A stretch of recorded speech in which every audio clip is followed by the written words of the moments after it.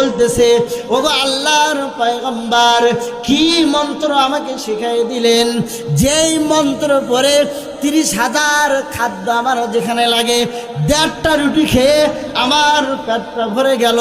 ডাক দে বলে, হে উজবিন উনুক, এটা দুনিয়ার কোনো মন্ত্র নয়, আমার মাওলা পাকের নাম বলেন সুবহানাল্লাহ।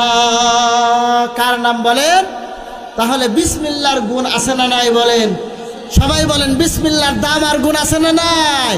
ওই যে একটা সন্তানকে একটা পাদ্রীর সামনে আমরা বসায় রাখছি, প্রথম সবক শিখাই দিয়েছে কি বলেন?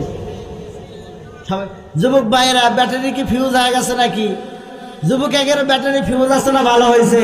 তাহলে যুবকদের আওয়াজ নাই কেন? সব মুরব্বীর আওয়াজ করতেছে। যুবকেরা বলো, প্রথম সবক কি শিখাই দিয়েছে? বিসমিল্লাহ শিখাই দিয়েছে। সবকটা বিসমিল্লাহ। সবক নেওয়ার পরে ওই যে সন্তান, নাম তার হলো আব্দুল্লাহ ইবনে তামির, বিসমিল্লাহর সবক বাড়ির মধ্যে গেছে। পরের দিন আবার উস্তাদের কাছে সবক পড়ার জন্য আসতেছে। পথের মধ্যে দেখে অনেক মানুষগুলি জমা হয়েছে। অনেক মানুষ যখন জমা হয়েছে, সন্তান ডাক দিয়ে বলতেছে, কি ব্যাপার, এই জায়গার মধ্যে এত লোক কেন? সমস্যা কি?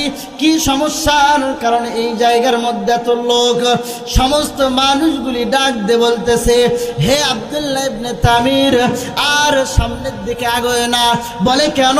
বলে সামনে জঙ্গল থেকে একটা বাঘ এসেছে, মানুষকে ধরে ধরে খাচ্ছে। এই বাঘের হাত থেকে তো আমরা বাঁচতে পারতেছি না।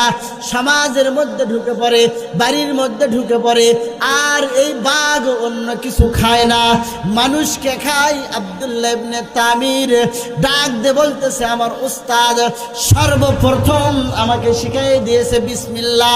এটা নাকি 7 তবক আসমান আর জমিনের চাইতে বেশি দাম।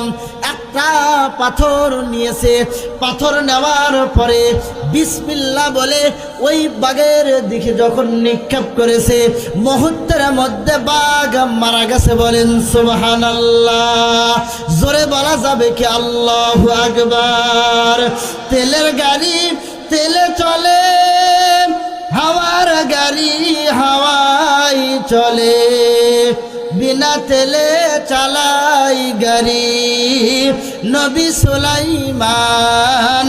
আমরা সেই মুসলমান, আমরা সেই মুসলমান, লিল্লাহে তাকবীর। আমরা সেই মুসলমান। বিসমিল্লাহ বলে একটা বাঘকে মেরে ফেলেছে। সম্মানিত হাজিরিন,